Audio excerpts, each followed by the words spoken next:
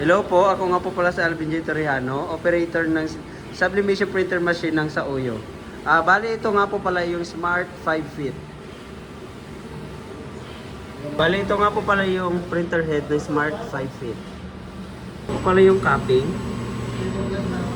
At ito naman po yung wiper. Bago po tayo mag-print, kailangan po natin i-heat clean. Antayin lang po hanggang sa matapos.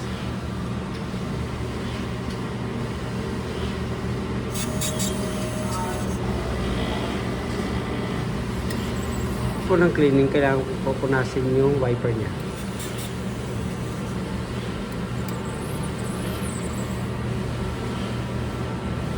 Sama na rin po yung copy.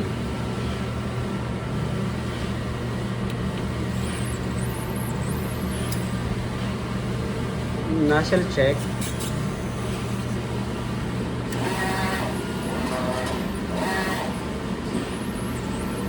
Kailangan po buo yung nozzle bago tayo mag-print.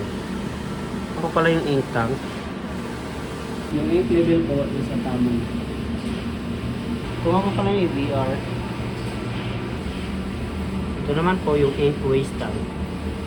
Ito naman po yung ground wire niya. Ito nga po pala yung daily output record na. At ito naman po yung sa consumables. Ito rin po yung ICC profile.